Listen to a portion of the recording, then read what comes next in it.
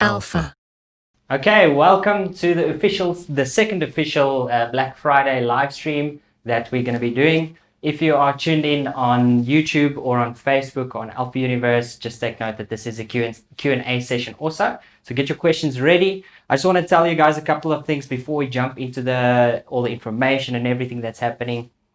So the first thing is, if you guys see me looking down here, this basically means that I'm just controlling the live stream because everything is happening here, camera switches and everything. So that is the first thing. And then also I'll be checking the Q&A here. So that's, if my attention is here, that's what it's for. Then the second thing is the actual Black Friday deals. So I'm not going to be sharing them because there's a massive list. Like, I'm talking like a very huge list. So I'm not going to go through all of them. But you can find them on the Alpha Universe site, the www.cashbacks.co.za website. So you can go check there. There's all the lenses that's on the deal. But the savings are up to 12,500 Rand. So it's huge money. It's very aggressive. So go knock yourself out. The only two cameras that are not actually on this deal is the A7C and the A7S3 because they're currently already on the promotion with the pre-order and all of that stuff.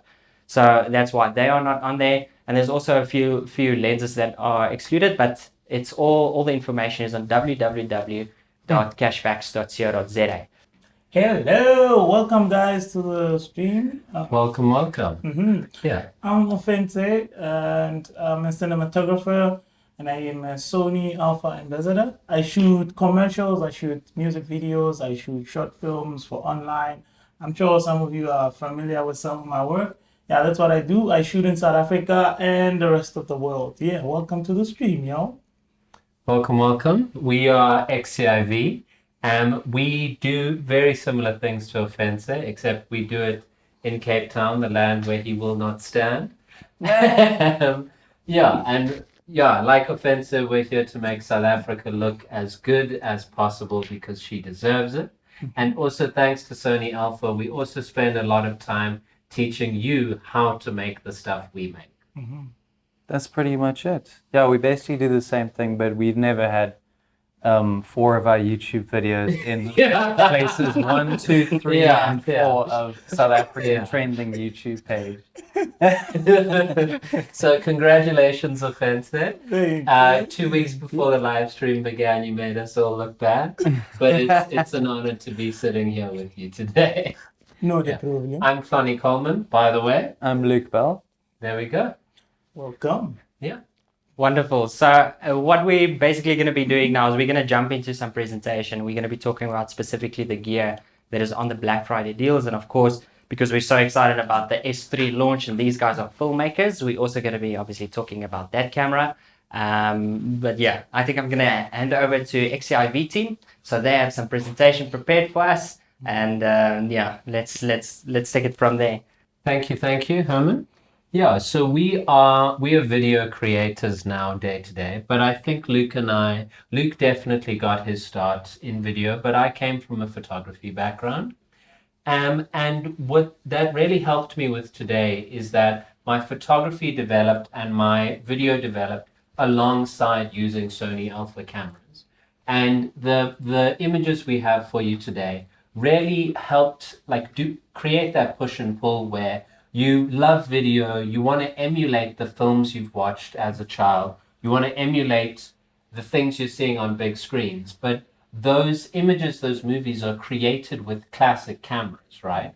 And because I came from this Sony Alpha background, this mirrorless background, when it came to making my own stuff, I knew the things that I wanted to be making and what I wanted them to look like. But I also knew what my cameras were capable of, right? And I knew the things that my camera, this tiny little camera that I could have in my backpack every day, I knew the things that it could do that those cameras couldn't do. And I think that shapes our day-to-day creation. Luke is an amazing gearhead, and anytime we get a new thing in, right? Like, you need to know your gear, and he'll go, oh my gosh, we can do this thing. And it used to be that we can do this thing that you've seen in this film or that this director loves doing. Yeah. But with the recent releases of Sony Alpha cameras, we can do, can we do this thing? Because no one's ever been able to do this thing before. And that's what makes me really excited, and that's kind of why I think these images are a really good illustration of how I learned to think differently because I had Sony Alpha by my side. Yeah. Yeah, that sounds great. Let's take a look. Jumping straight in. So what you guys are looking at right now is it's a tripod portrait. It's the classic thing, right? When Sony mirrorless cameras came out, right from the get-go, they had excellent low light performance. And the first camera that I actually bought myself and that really shaped my career was the A7S II. And for a long time, my life was lived in a low light environment. So I never thought about, like, is it too dark to go for this shot, right? And when we were in Iceland, when we saw these northern lights, the first time we saw it was through the viewfinder of the A7S II, right? This camera could see the northern lights before we could. And it was this amazing experience where it led us to this roadside and we were able to capture this without having to worry about, like, is the camera good enough to get it? And that really shaped how I started doing low light photography, where I could just, with my hand, with a very dim light source from the moon to a candle, just pick my camera up and take a photo. And nowadays I do the same thing. We recently shot a music video where pitch black and it's lit by a candle, right? And it's learning that you can push the camera, that you can do these things that no one was ever able to do, that has shaped how we shoot today. And it's not just about low light performance, right? Something that's really important with low light photography, with low light videography, is at the end of the day, like, you can't tell a compelling image with just a bright gradient, right? If I can show the stars, that doesn't tell me a story. It doesn't bring in a narrative. So you also have to have a camera that has excellent dynamic range so that you can pull people into that. You can go, I want to capture a fire and a mom and her son sitting in front of a fire, but I also want to show those stars, right? I want to be able to capture these dishes, and this is moonlight, right? I had to underexpose quite heavily because, like, with any other camera, the moon was so bright that you would never be able to get those stars in the background and this moonlit dish. Or any other camera, you wouldn't have to worry about the moon being too powerful of a light source. So it really changed how I thought about light, how I thought about constraints. And yeah, I mean, to be frank, I'm kind of terrible with artificial light as a result, because I was able to just use these real light sources. And lastly, I mean, for the A7S II, people don't think of hybrid cameras or the A7S series as a photo camera, right? Yeah. But something I learned so truly is that on this trip, the only thing I had with me was my A7S II and a prime lens. And that meant that I had my camera with me every day. So when we were walking past a building and my friend who's the manager of this building was like, hey, let's pop up to the rooftop, it meant that I had my camera with me in that moment. And that's something where I literally just came back from holiday and I had the A7S III with me. There was never a thought of, like, is this camera too large? Are these lenses too cumbersome? I just bring it because I know that it's always going to give me what I need. And I know that there's no cost to bringing it because it's so light. And for me, that's the journey I've come on personally. And it's how a lot of the core tenets of this weird and wonderful thing that these Sony full frame mirrorless cameras are has shaped how I think about creating. I was with Sony Alpha kind of from the beginning. The first camera that I ever used was an A6000. And the low light capabilities were amazing. The dynamic range was amazing. But I think the thing that really enabled, like, me and us today to be confident single person shooters is when Sony's autofocus really came into its own. And this is something that Luke's keen to speak for. But I think that with the advent of the A7 III, it took these cameras that had caveats, right? They were incredibly good at one specific thing. They just demolished. That meant that like I had to carry this camera with me, but then there were additional things I had to think about. But with the arrival of the A7 III, it really was the first camera that like there was nothing. It was just me and the thing I wanted to capture. And as a single unit, I mean, before we started a business together, the way that we created was in crews of one, right? And I would even be on larger sets of 70 people capturing BTS, telling stories like on that set. But you're the only person you have. So when you can trust your camera as much as you can trust another crew member, that really changes things, and that really removes the barriers between what you want to create. And this is an excellent example where we had someone doing parkour. You know, there's so much to pull from. Any other camera would be like, am I trying to autofocus on the ballards? Am I trying to autofocus on the mountain? And no, I had my crewmate with me in my hand, and it knew what we were making. And that was a phenomenal experience. And I think Luke has experienced similar things. Oh, that's a cute one. So I think Sony was actually the first company to come out with animal eye autofocus. And when they did it, I was super excited because at that time I'd been shooting quite a lot of animals and also pets. And it's actually really hard to get focus on an animal's eye because you need to like move the points around. And unlike humans, they've also got a snout, so it often focuses on their nose. So it was actually a super game-changing feature. And it means you can do shots like this at f1.4 and you'll get tack sharp focus on the eyes of the animal, it's just beautiful. And this, I don't know if it works on fish. I can't remember. Fair enough. But this shot is something interesting to bring up, which is when you're underwater, you actually don't have a lot of light at all because most of it gets filtered out by the water. So it gets dark really quickly. And that's where the high ISO performance of the Sony cameras actually really comes into play. So that's just something that's another great feature of it. And of this guy, this is one of my favorite photos I've ever taken. We were on a beach in Antarctica, and these were the only 3 penguins on the beach. And if you look closely, you'll see that you've got 3 different types. You've got the Adelie penguin, you've got the Gen 2 penguin, and the chinstrap penguin. And they just happened to all be there next to each other.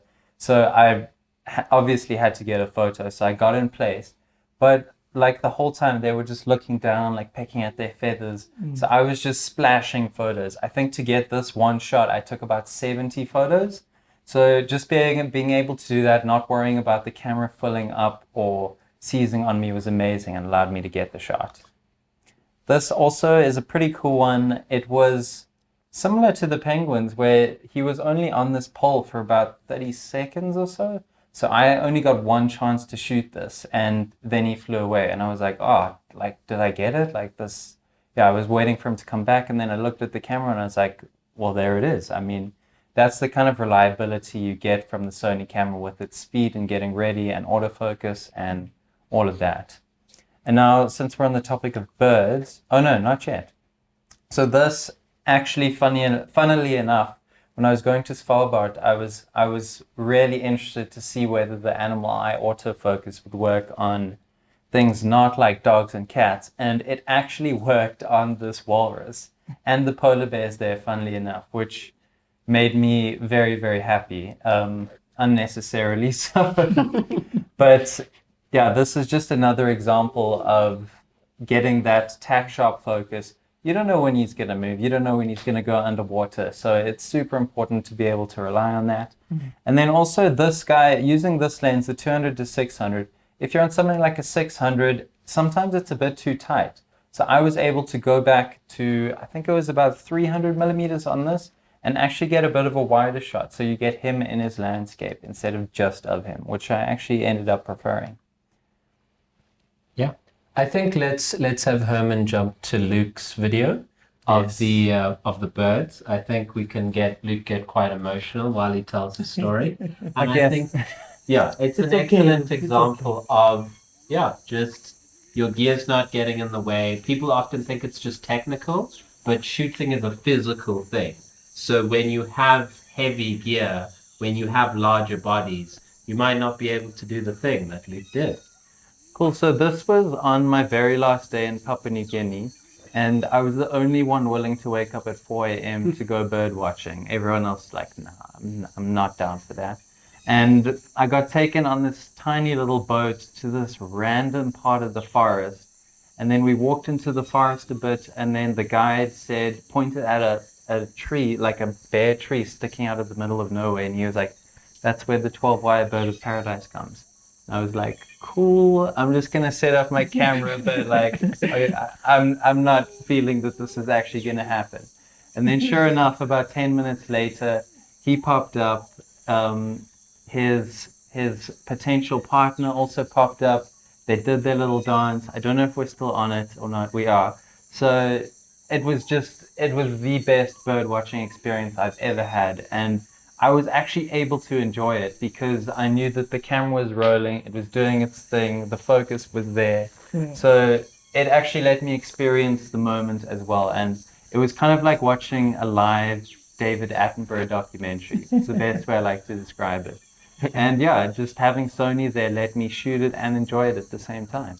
Yeah, so I mean, finishing up, I suspect that a lot of you watching today are going on a similar journey we did, right? Normally, the way that photography goes is you'll buy a body first and lenses will come after. You scrap together, you save as much as you can, and you buy a body and maybe you buy a lens. And I was definitely the same way. I had to beg, borrow, and steal to get my first camera. So to get a lens at the same time was an astronomical exercise.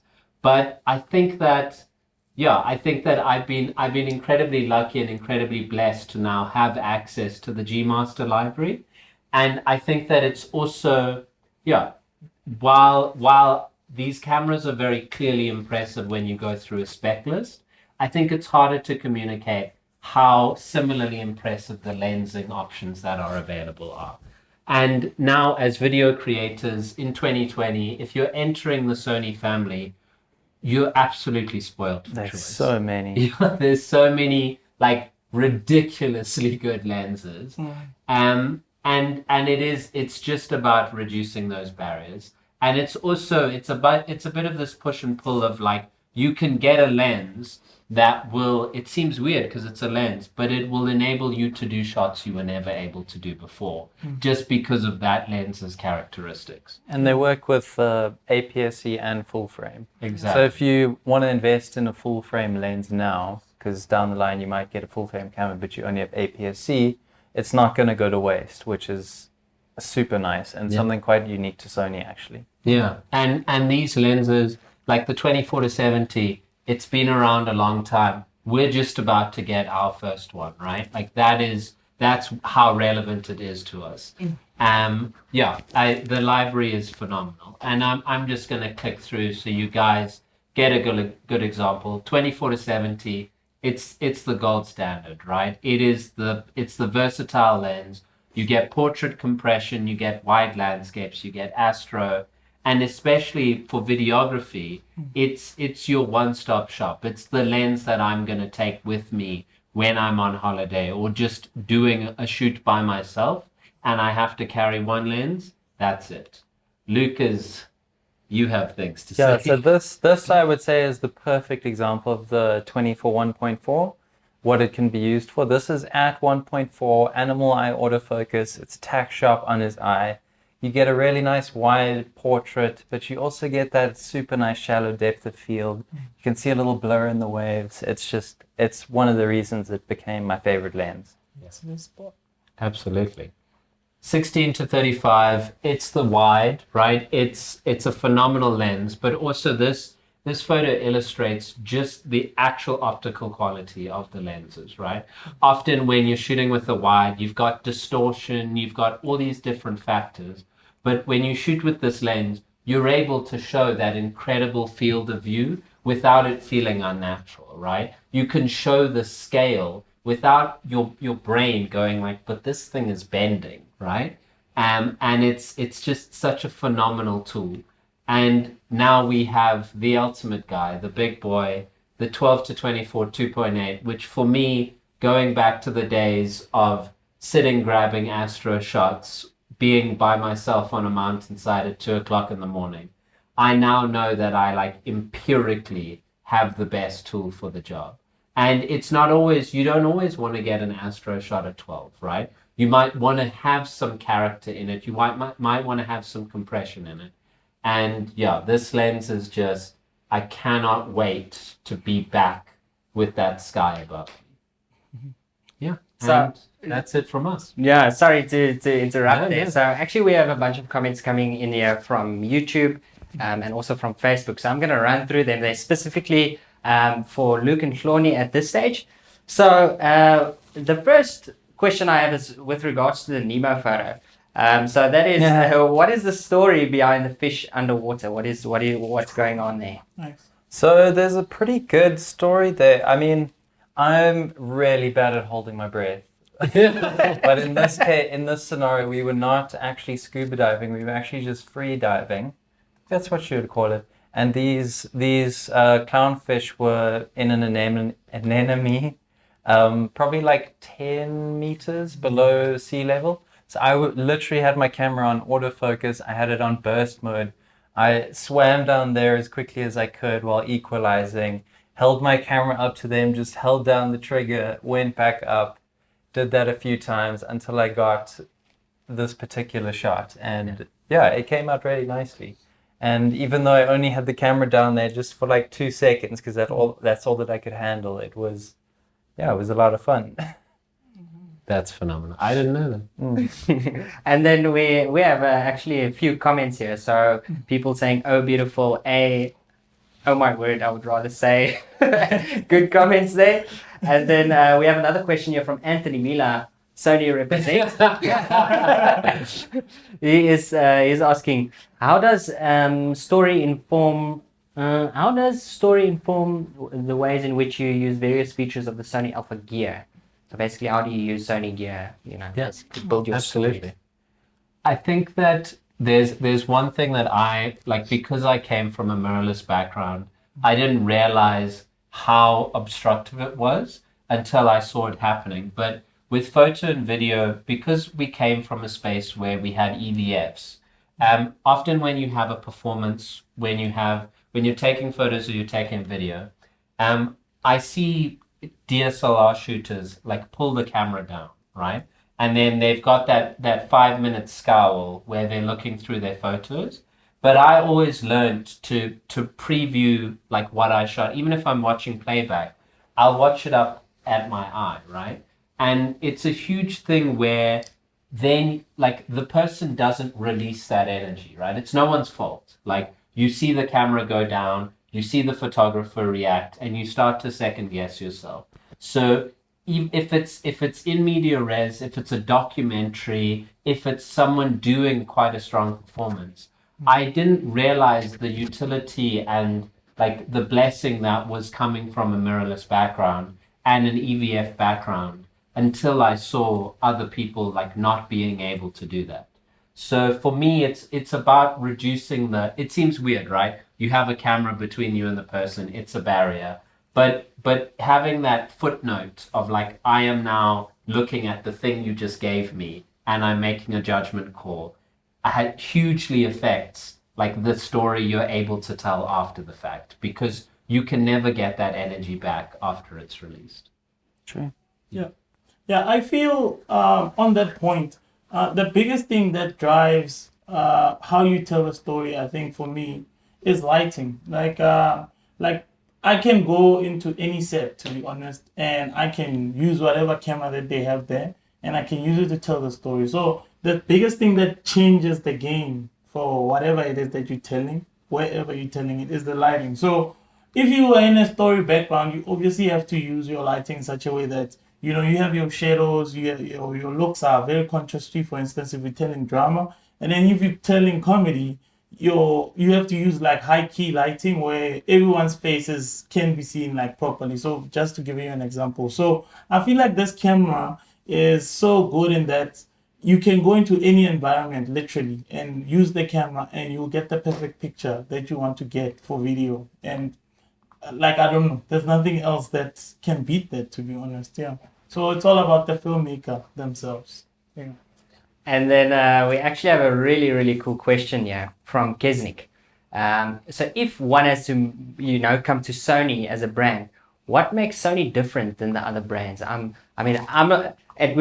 love to hear this. I mean, I would really love to hear this. Personally, for me, I feel Sony gives, it achieves everything that I need from a camera, in a sense that I can use a Sony camera to actually get the perfect picture that I want from the camera without having to do much. Because most of the stuff that we do, especially myself, when I'm shooting films, I'm not your type of, I shoot stuff with what the camera has and then I'm just gonna post it as it is from the camera. I'm still gonna go into post and then I'm gonna scrutinize the image, I'm gonna knock it down, crushing blacks, pushing whites, all that stuff.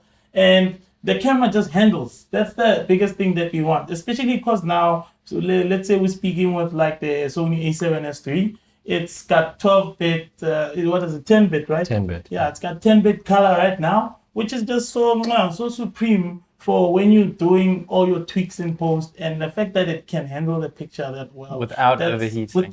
Exactly. Without overheating. Exactly. So that's one of the biggest things. I think even this overheating issue that Luke is talking about is a very big deal. It's for me, to be honest, it's a deal breaker. I can't use a camera where I'm gonna go on set and the camera will overheat, whether it does it in 2 hours or in 3 hours. Like a camera cannot overheat at all. A camera that's overheating is unusable. So the fact that Sony took the time, because I know we wanted this camera, 3 years ago, 4 years ago? They were relaxing. They were like, no. I'm sure they had this camera back then. And they were like, no, it's overheating. We need to make it perfect, yeah. No, we need to make it perfect. And they did. And right now, what do we have? One of the best mirrorless, what am I saying? The best mirrorless camera out right now.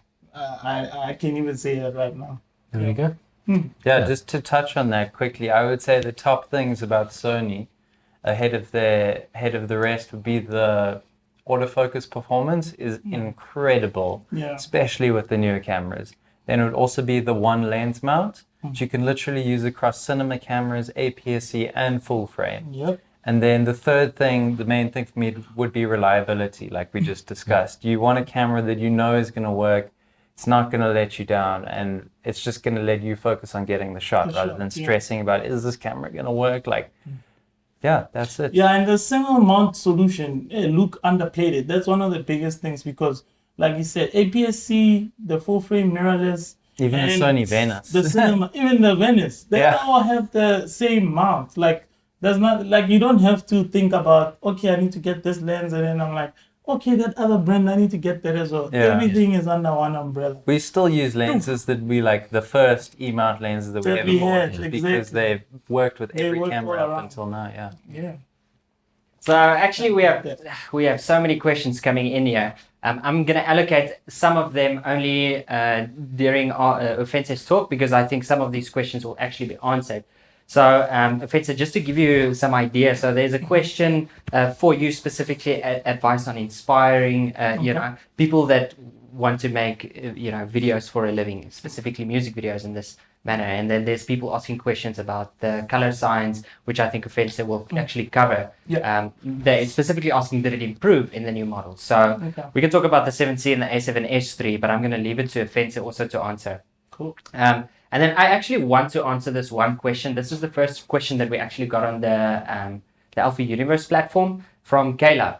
How do you find your style in shooting? That is something that I think we can cover now before we go into your talking. So go for it. Yeah, to be honest, it's a thing that takes some time. So what I would say is be patient with your art. Just be very patient. Try out literally everything. Like to get to where I am right now, I didn't just go like, boom, here I am, and then I started doing it. No, it took me years. Like I've said before, I started shooting video in 2006. That's like a very long time ago. I don't even remember what 2006 looks like. Yeah, so it took me all the time. I would say I found my feet probably around 2016, 2017. that's where I actually found my feet, and I figured, Kuti, music videos are a thing that I like, as well as comedy. Comedy is a thing that I like, and storytelling in general. So that took me some time. I didn't just fall on that, and I knew about it. So as I said, be patient with your craft. Take time to actually figure out what is it that you love, what is it that you're good at, and then exploit that. Once you find something that you're very good at, make sure that you exploit it as much as you can. Make sure that you can monetize whatever it is that you're doing as much as you can. And then, yeah, you'll be a successful filmmaker. That's how I feel. Become the best at what you're doing. Yes, that's another thing.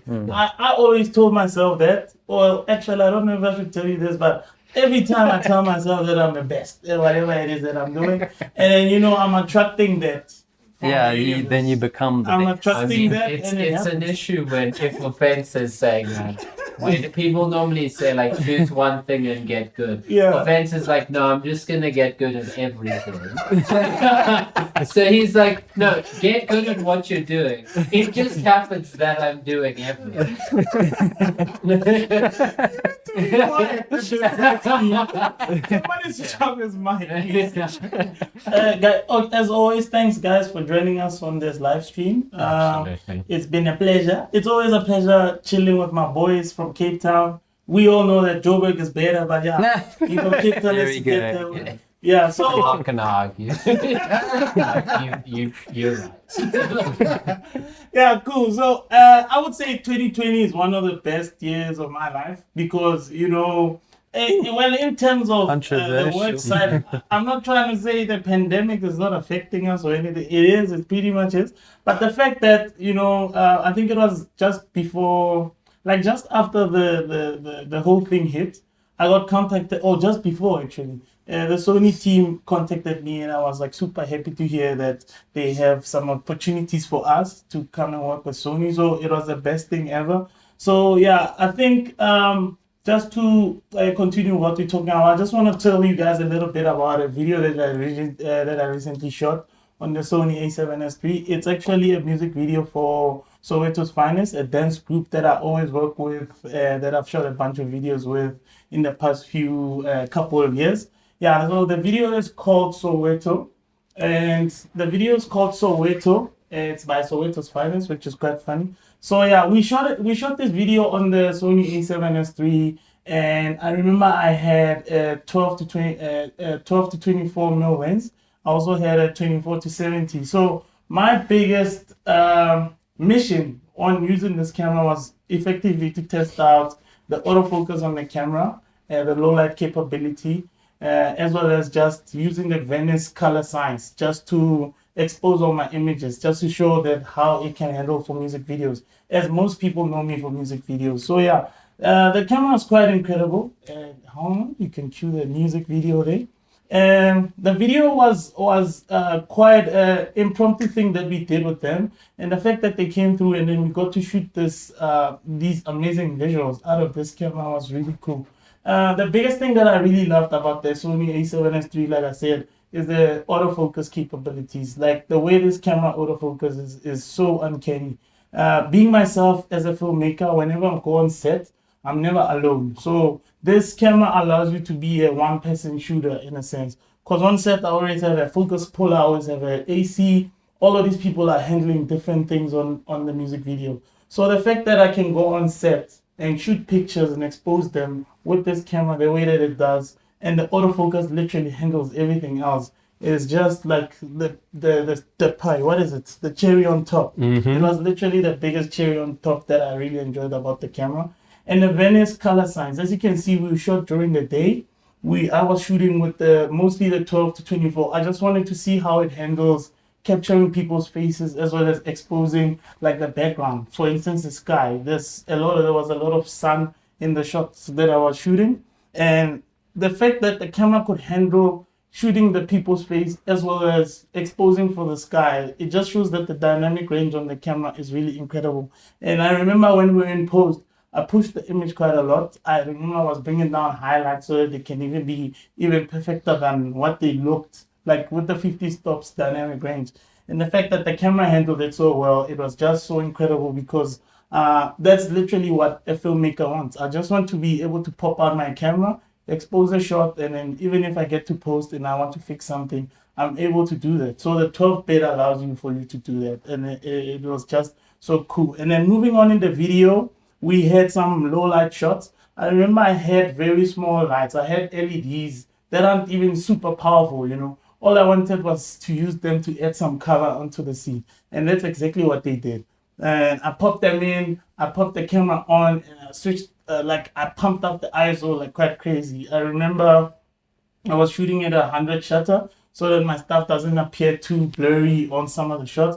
And the fact that the camera could handle at such a high ISO when I'm shooting with this camera, like it's so cool because even in post, if there's shots here on this video, I didn't even put any noise reduction on any of the shots. I know there's a couple shots that were like slightly a little bit noisy, but it wasn't like so horrible that you can't even use it. And I know once I posted onto YouTube, all that stuff was gonna disappear anyway. So the fact that the camera was handling so well for me, and I could get these clean images out of it without it breaking down in post, without it, you know, crashing down all my colors, I was like, mwah, I was super happy. So yeah, the A7S III.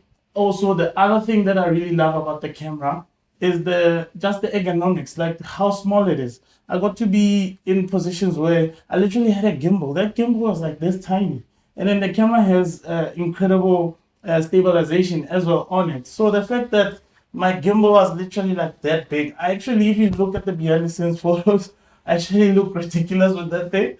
But the fact that it's getting such clean, sharp images and like that are usable, perfectly usable for me, is just like the cherry on top that I needed from this very camera.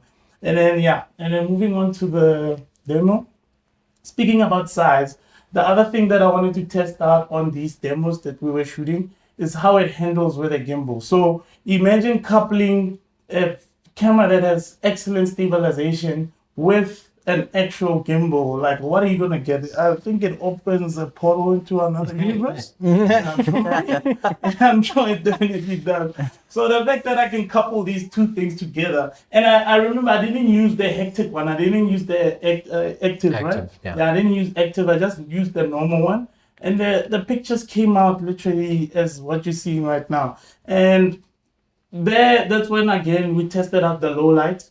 I remember I just had lights, tubes. We just had tubes, those tubes that you're seeing at the back. That's all we had on that scene. I didn't have another light coming in and hitting them on their faces. But when you look at the pictures, you know, you can see your characters. You can see how beautiful they look. They look incredible in the setting, and you can see the dancing. You can see how they're dancing. You can see the style that they're dancing in. So the fact that the camera can handle that stuff so well, it makes it a perfect tool for any filmmaker. Most of the time we find that we go on set and we don't have lighting, or we just have to use the natural light. I know a lot of filmmakers like to use the light that's there. You'll find maybe you're in a Chinatown area. I know they love lights there. You want to use those lights that they have there. All you're doing is popping out the camera and you're shooting and you're exposing these perfectly awesome like images out of there. And the fact that it just doesn't do this only on picture, it also does it on video. Like,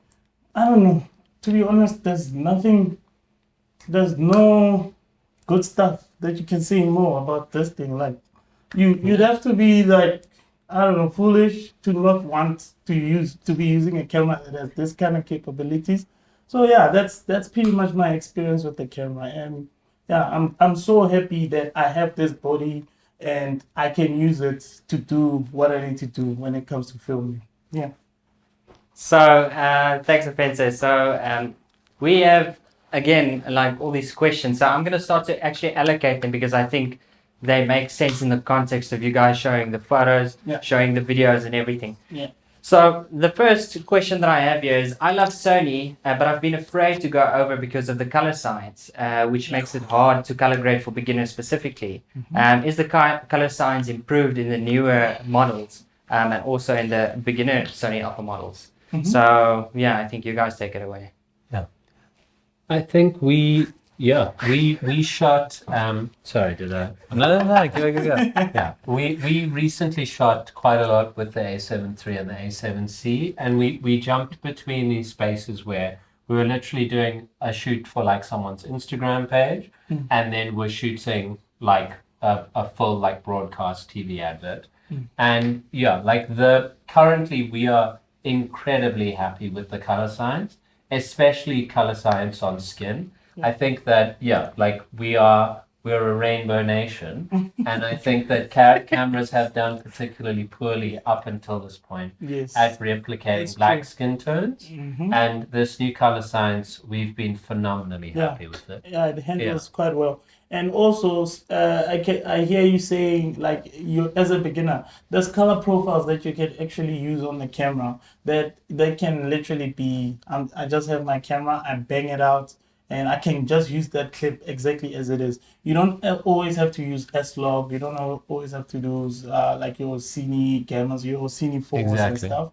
You can just have that profile on. The biggest thing that you have to take note of is your exposure. So the biggest advice I can give you is try not to overexpose stuff, because if stuff is overexposed, it's very hard to recover it. So rather underexpose, and then what you can do in post is that you lift your shadows, and then it comes to that part where you have good exposure all throughout your shots. So always protect your highlights and make sure that you expose that nicely, and then everything else will come into place. Trust me. Trust me. I mean, Luke, Luke normally doesn't enjoy grading that much, and you've been doing the last couple of videos, and I think you've been... Yeah, it's been so much easier and better with the S3. And color science always used to be a bit of it was like a contention point for Sony. Yeah. But with these, I mean, they've really done it so well. Dude, I remember when you were looking at the A7C for the first time, when you were playing around, you were like, what the heck? Why is this so good? Exactly. Yeah. No, I didn't even think Sony talked about the A7C color science, but it's beautiful. It's the S3's color science. Yeah. Which means it's like the Venice. Yeah. Dude, it looked incredible. It's very nice. I couldn't believe it. I held that camera for like a good 20 minutes, and I was just looking at everything. It's no longer a contention point. It's great. So we have so many questions here. So we have another one, Ofentse and Luke and Florny. What is your favorite picture profile on the A7 S3 specifically? Ooh. Good. That is a good one. Should I start? Lightning round. Quickly. Okay, so it's changed, but now it's the S-Log 3 on the A7S3. Oh, damn. Dude, good. That dynamic range though, guys, it is amazing. And it doesn't like grading. I don't, but after trying it out, I'm sold. That's my favorite color profile. Yeah. I think I'm quite, like, we've flipped now. I'm like a huge HLG evangelist now. So like PP2, that's the base. No, HLG2. Yeah, so HLG2, like, I think that, like, in terms of, like, because, I mean, I did just get back from holiday. I don't know if I said that. I know, I said it, but, but if I'm running and gunning and I just want, like, the best image afterwards, with also, like, a weird amount of, like, post control as well, like dynamic range, I'll go for that HLG2. Cool. Yeah. All right. For me, I'm kind of split. I love S-Log 3, but I also love S-Log 2. So I usually use them both. So if I'm shooting during the day, I'll use S-Log 3, and then if I'm shooting at night, I'll use S-Log 2. Yeah, that's pretty much how I do it. Yeah. Yep. Those are my faves. So we have another question here on the battery life, actually, on the newer models. Is the battery life better on the newer models? Just show them that. This is what happened. I was on set, and I was shooting at night. Literally, that video that you guys saw earlier, I shot it on 2 batteries. And I was shooting at night, and then my battery ran out, I think at around 8:30. And then it was blinking. It didn't run out. It was blinking at around 8:30. And I was panicking. I was like, I don't have all the shots I need. And I kept shooting. I didn't stop. I think I shot for another probably 35 minutes with it blinking like that. And then that's when it finally died. So for me, that's it. Like, I don't know. You can't beat that. The battery is dope. Because I know these mirrorless bodies with those small batteries, they run out pretty quickly. On this camera, that thing ran for a while. And I was like, thank you. You saved me, actually. The battery saved me. I'm not gonna lie, the S3 does go through batteries a bit faster than like the 7C and the 7.3. Yeah. But I mean, with all the settings, I mean, Yeah. with all the codecs and bit rates you're getting, that's And then 120. very fair to understand, and it's still 100% usable. Yeah. It's And something it we don't is- worry about anymore. It's literally like variable to what you're using. So if you're shooting like 4K 25, you're gonna get Yeah. get that battery life Yeah. that you are used to with the 7.3. So like and then like exactly, you switch over to 4K 100. Yeah. You've got You like get an hour and a half of actual video shooting Yeah. instead of like 2.5 hours, 3 hours. Ooh, damn. When when you think So about sad. like how long that actually is, it's Yeah. phenomenally long. Yeah. We did I think a 4-hour hike, and I was shooting 4K 100. I was being very excessive. I was shooting 4K 100 the whole time, and lasted lunch, lasted tea time, lasted the viewpoint. Like it was a does whole really day good. battery life Yeah. at 4K 100, which Yeah. is not So a normal use. if you're shooting a lot, if you like shooting a lot, maybe you're shooting a wedding, I would say the sweet spot is 4 batteries. If you have 4 batteries, you'll run. the Jeez, whole 4 thing. batteries. Yeah, 4. How much are you shooting? Okay, If so you're shooting a- we that's have- if you're I've shooting a never lot. used more than 2 in Yeah, one day. exactly. We have Yeah. 4 cameras, and Yeah. I think we have like 6 batteries. Yeah. Actually, that's a perfect indication. Like Yeah. real on set. Like we work for a living. Yeah. We have 4 cameras with the new Z-type batteries, and we have 6 batteries. Like that's the buffer zone. It gives you an idea. Yep. Yeah. Yeah. Okay, cool. So we actually have another question here. It's more statement and then a question. So the dynamic range, the dynamic range is so sick. Which log did you use, Ofentse, in your videos? On the videos that you saw, I used S-Log3. Yeah. It was a little bit noisy on the stuff that we shot indoors. But the fact that, when you're pushing the image so well in post and then that noise literally disappears. It wasn't like hectic noise. It was like very, very fine grain that actually looks nice actually for the video. There's no more color noise. Yeah, So there's you no just color get, noise. like Exactly. filmic. You get cinematic filmic Exactly. noise, which is like superb, yeah. And once you knock in like your your noise reduction, like dude, your shot is perfect.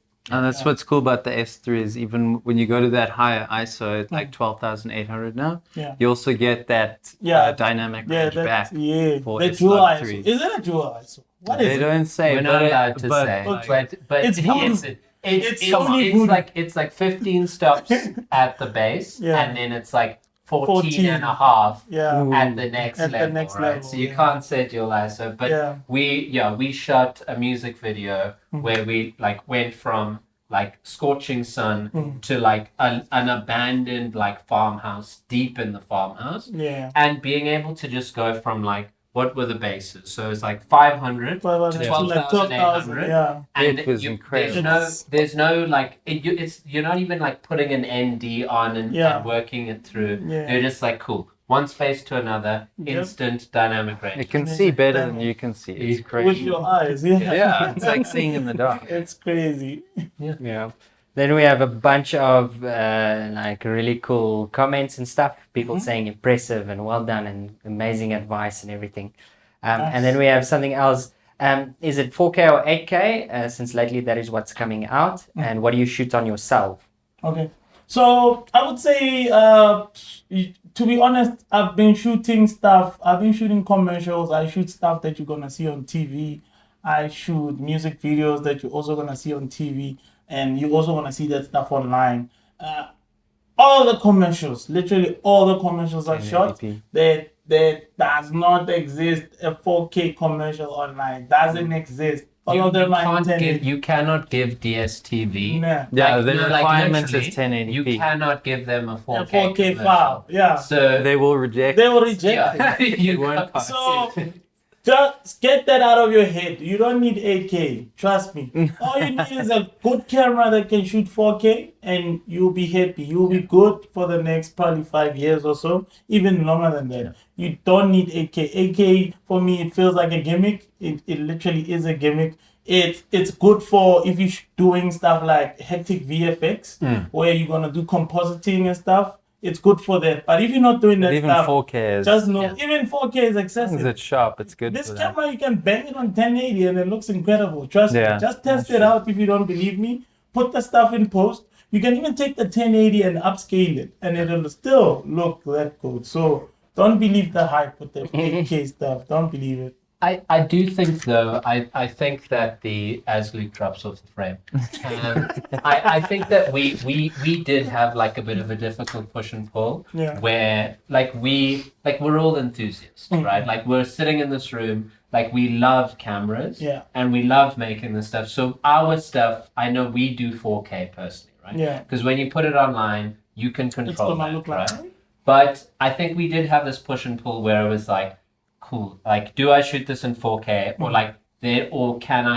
or do I shoot this in 1080 and have the ability to either you change your frame or you change your speed rate, right? And slow-mo. Yeah, this was again the first like trip that I was able to do where I took the A7 S3 out the studio, and that wasn't I didn't have to make that calculation, right? Of like, this is a really cool waterfall, or like these are literal like these are like petals falling down from a tree. I want to get this in 4K for this fidelity, for my library, for my like 4K deliverable that I'm making myself. But now on the A7S3, I can slow that down. Yeah, it's 4K with no compromise. No compromise. And it doesn't crop in the dudes. Like, it's like, mind like blower. good 4K. And it's incredible. Like usually 100 frames, you can see the artifacts on it. Exactly. There are no artifacts. Like when I'm shooting 25 It's or just as 100 or good. 120, it's the same. So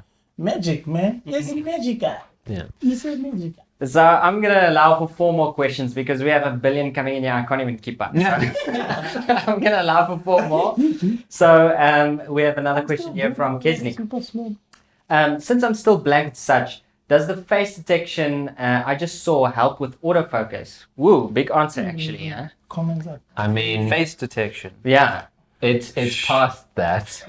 Yeah, it's not face detection's old news. It's now eye detection. Eye detection. I mean, you can. It's kind of strange. When we were shooting our music video, it was on the 24 1.4, so it was super narrow depth of field, and we were moving around our lead on a bed and moving behind like the pole on the bed, and it was just like locked on her eye. It was incredible. Yeah, it's to the point where autofocus has been a bit of a like, no, real filmmakers don't use autofocus, but now it's like insane. I was so impressed. You can only get, it's that thing of like, now you can get shots that you weren't able to before, right? Like either I have to like fly Ofentse out to pull focus for me because there's like 3 people in the country who can pull focus like past F2. Exactly. Or like I now have autofocus that works. There we go. Yeah. And another thing, just because it's autofocus doesn't mean that you're stuck with it. Because I remember when we were filming with Jack, remember he was doing some shots where he's following hands. And it wasn't just hands, it was actually food as well. Exactly. So he could actually pull focus to where he wants it to be, like manually. So it's not like you're stuck with the autofocus. You can still manually pull focus and get exactly what you want. But you also have just to go like you have full control. You can go eye autofocus, and then if you go behind stuff, the only thing it's looking for is eyes, right? Yeah. So it's not going to change focus until it sees another eye or that eye, right? You can go, I need you to pull focus from here to here within this time span. And I'll go zip, zip, zip, zip, right? Or I need you to, if I go past an object, wait this long to pull all of that is in the menu. Camera, So like it is manual focus levels of control and conscientious like, and it's also about repeatability there, right? If I do a gimbal shot and I have this action, if I dial in the autofocus correctly, then the cast can do it as many and I'm not moving the camera, running my feet, and then doing these like manual focus pulls as we're going. And shaking the camera while you do it. Yeah, exactly. it's a crude, it's part of your crude. Autofocus for video has like It's a game changed changer. things so much. It's Yeah. a game changer. Okay, so 3 more questions. Do you prefer shooting with wide lenses or telephoto lenses for compression in video? Okay, so I love wides. I think with the video that I showed you earlier, you can also detect that. So I love wides. Like I'm a guy who comes from a landscape background. You know, on my Instagram, if you go on it at Uncle Scrooge, follow at Uncle Scrooge right now. If you check that out, I have a lot of landscape stuff. I'm not really a portrait person.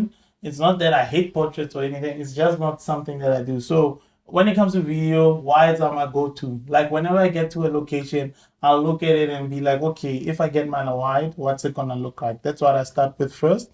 And then once I bang those out, that's when I can go to more telephoto stuff. But the wides are I go to for me. For instance, I can shoot a whole video with wides without using any tight lenses. And yeah, it's just my style. And I think it works for what I do and I'm happy with it. Yeah, I'm the same. I use wides a lot. I love them. But it's also a bit to my detriment because I know you get, as Fonny will tell you, you do get that more accurate compression at around 50 millimeters or higher. So I often need to like hold back and be like, am I just using this wide because I love it, or is it actually the best choice? And often the wide isn't the best choice in that scenario. So it really depends on the shot and what mood you're going for. But wides are still my favorite, I would say. Yeah. I think the last 2 questions are really valuable, both for the viewers and also for us sitting here. Okay. So I'm going to leave a really cool question from Ndira for the last, but right now a question I think this is going to provide a lot of value, especially for the young people watching, people that's aspiring to join the industry and everything. So I'm interested in cinematography. Which camera would you suggest for me as a beginner here, starting out? I'm assuming this is more question like, if I get a camera now, will it last me long enough until I can like make a proper purchase? Cool. So I think I would suggest that you try out the Sony A6000 series. They have fantastic cameras there. I started using the Sony A6400 when it dropped. I was actually literally here when it launched, and I loved the camera so much that I went and bought it the next week because it was such a nice small form factor, and the fact that it shoots so nicely. Because I remember my main camera used to be the Sony A7S III, and I would shoot my B-roll on the A6400. And then when I look at the footage in post, dude, I would say that even the 6400 in 4K, it looked even better than the A7S II. Because obviously the color science was better. Because And it's downscaled from 6K. Exactly, and it's downscaled from 6K. So it looked incredible. I was like, what the heck? This camera actually matches the A7S II? That's insane. So yeah, I would suggest that you get an A6000 series, whether it be a 6000, a 6400, 6500, or 6600. So just see what you can afford. And that's a camera. They also take nice photos as well. And I think if you try those out, if you don't have a lot of budget. But if you have a bigger budget, obviously try out the Sony A7 series, whether it be a A7S II or A7 III. A7C would be the best. A7C would also be like I think magical. for years now, like if 100 people asked me, like, and you want to do anything in photography, if 100 people asked me what camera should I get, my answer would have been A6300, A6400, right? Like it is just, there's a reason. I think it's been the top selling camera on Amazon for like a long 4 time. years, Exactly. right? Yeah, I think it's But still sad. I think that I do think that if you feel a trajectory, right? If you feel any kind of momentum in the space, I think getting the A7C will be the camera that you can also you'll have in like 5 years time. Yeah. Right, like no 100%. matter what else you accrue, like it's the camera that it will hold you, it will accompany you as you begin shooting, and then like in as far as you want to go, it will go with you. It'll go with And I think that like that's like a super important consideration. Somebody asked way back of like, should I get into Sony, right? And it's that conversation of like, these are professional tools. Yeah. Like these are creative tools. And if you buy into an ecosystem, it's a relationship, right? Yeah. I cannot fathom. I've been so lucky. Like before I was an ambassador, when I got on board with this brand, and at no point did I ever feel like, cool, like you came out with this thing and now like you've ignored me in part of the conversation of this thing, right? So in the same way that like the A7C as a camera specifically will grow with you, like the A7S III has taught us that like Sony is here to grow with us as well. Like they are going to listen to everything that you were thinking about. Where I know that like this, the A7S III, it's literally everything I've ever wanted in a camera. Exactly. And I know that in 5 years' time, like I'm going to be having this conversation again. Yeah. And I don't think that there's any other owner of a camera brand, like there's any other camera brand that you can say that of now, right? Yeah. And I was like, A7S III is not going to be that good. And Nick and I fought about it. Argued about it. Because like it's a natural oscillation, right? Like this brand pushes, then this brand pushes, then this brand pushes, and there's this push and pull, right? Yeah. But it's just like, no, turns out if you just listen to your user base and give them what they want, you will get sold out. it's all good, right? So now I'm like cautiously optimistic. Luke and I might be arguing again in 5 years. But yeah. It shocked me how much they listened, and I was like, oh, okay, cool. So like we can still be together now. Yeah. Yeah, that's true. I was like, Flonia's gonna have this and this. Flonia's like, no, just go away. Yeah. Just set your expectations at a realistic level. I don't want you to be disappointed. That's it. Yeah. So A7C, long-winded answer. Yeah, A7C if you can afford it, but Yeah. the A6000 series, there's a So bunch There's a of cameras bunch, there that are great At all options prices. Yeah, and you can buy full-frame lenses for that camera. Yeah. Yeah. too. And then- Longevity. For the future Live up. upgrade. Exactly. So this next question, I actually can't believe we got it, but I need to ask it. It's so good. Okay, it's from Ndira. Thank you for your cool question. So the question is there any room for improvement for Sony, or have they perfected the aspect of photography and filmmaking? Good. I love this question. That's a beautiful question. That's a tough one. I mean, I think it was, you guys were asking us, is there anything that you want from the, like, in new cameras and stuff? And my only gripe was that the shutter doesn't close when you turn off the camera, which is like, it's like the smallest thing, but that's like as criticizing as I could get. Like that was it. Otherwise, like, you got me. Like, Yeah, makes sense. and that could be fixed with a firmware update. Yeah. Please fix it with a firmware update. It's a bit annoying. For me, I feel the biggest thing well, not really the biggest, but something that they can improve on with what they have now is only the dynamic range, to be honest, because everything else is there in this camera. Like if they can just keep pushing, that dynamic range gets even higher and higher. We want to take that other. We want to take this thing out of the game. It's because you This walk camera out must of go. here and you act on an Ari. So But funny thing No, is, fair enough. Ari, the stop is actually 14. It's Exactly. not even. It's not Yeah, even the 15. S3 is So even it's- higher. So, yeah, so the SP is quite higher. So to be honest, that's the biggest. Right now, the A7S3, I don't care what anybody says, is literally the perfect camera. Basically, Any kind of Ofentse shooting. wants Sony to defy the laws of physics. Of physics. That's exactly. the only way he That's feels the they only can way improve. this camera can get better. That's what I'm trying to say to you guys. Awesome. Thank you guys so much for tuning in. We really enjoyed the question. There's like so many other questions. So you guys will have some homework. You're welcome to go Yeah. answer the questions. drop us a DM on Instagram. We drop us comments on Instagram.